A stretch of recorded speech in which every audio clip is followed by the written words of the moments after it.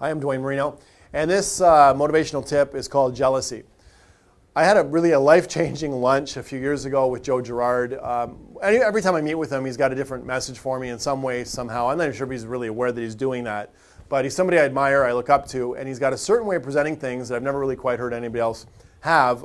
Just a unique way of giving me stuff to consider in my life, and I call these tips that I'm giving you in some cases, sort of a message in the bottle. They might not apply directly all the time, but there is a message behind every single one of them.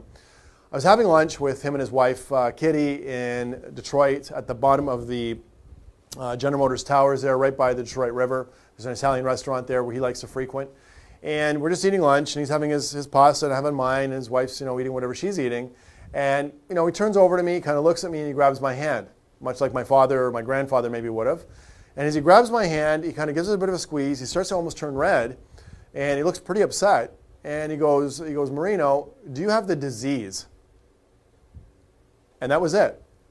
And I'm looking at him, and I'm not sure what to say, and I didn't know what he was talking about. And he was upset. It looked like he was going to almost cry, actually. And then he goes back to eating his lunch. And then a good minute or two went by, and I didn't say anything. I didn't know where to go with it. I didn't want to look silly and ask a question to him. I thought maybe I'm supposed to know what he meant. So I looked to his wife, and I said, Kitty, I said, I'm sorry. I don't understand. What does he mean? What's the disease?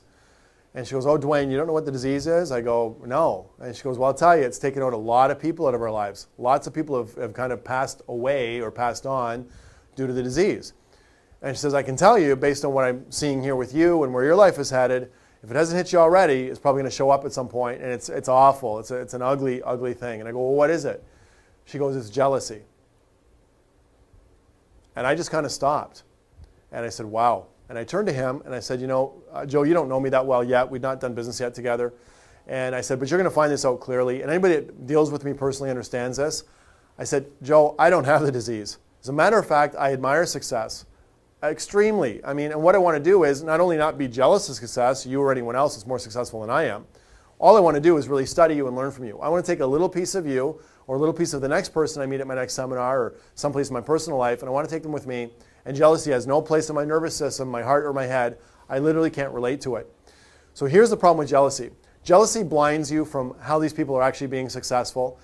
You actually are kind of, robbing them from all their hard work and efforts that they put in to get wherever they're getting that you think maybe, you should have.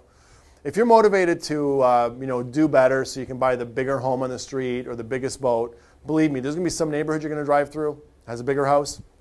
Some boat's going to pull up beside you or, dock in the slip beside you. It's got a bigger, nicer boat. It is impossible to keep up based on sort of physical, materialistic benchmarks. We can't compete with other people. But who you compete with is yourself. I guess the point is, you don't want to be jealous of other people and you don't want to compete with anybody else, but you like to learn from successful people for sure. Admire it, give credit where credit is due, which is what I do constantly. Go to my website. However, you want to compete with yourself and every day get a little bit better than what you were yesterday. I really hope that if you have any jealous people in your life, you find some way to deal with that, compartmentalize them, get to a point. I've got some other tips here.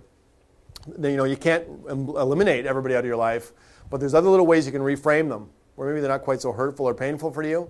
But if you've got any jealous people in your life, believe me, they're not in your corner. They're not on Team Duane or Team Joe or Team Jill or Team Habib or Team Hang or whatever your name is. They're not in your team. Somehow, some way, you got to find how you can sort of, put those people in their place mentally, emotionally, or avoid them. And please, I ask you this. Do not get jealous of anybody else and you perceive as doing a better job than you or has a bigger home or making more money. Find out how they got that if you want it, and then copy and emulate those things. So please, I'm praying for you to have a disease-free life for yourself personally and the people around you. But believe me, jealousy is very much a disease. And I had a conversation this morning on the phone here with a salesperson that's very successful, does 400 cars a year, and he was talking about how he doesn't always get the support that he should get, he thinks, from the dealership or the people around that work with him. He was giving me examples of how actually things are sometimes made difficult for him. And he goes, I hate to say, that they're jealous or whatever else. And I stopped him and I said, let me tell you, they are. And it's awful to say that, but they probably are, and that's just life. You have to deal with it. Let's hope for a disease-free life in all ways, including jealousy. I'm Duane. Use this tip. Think about it in your life for the next 7 days, and I'll see you on the next exercise or the next tip. Thank you.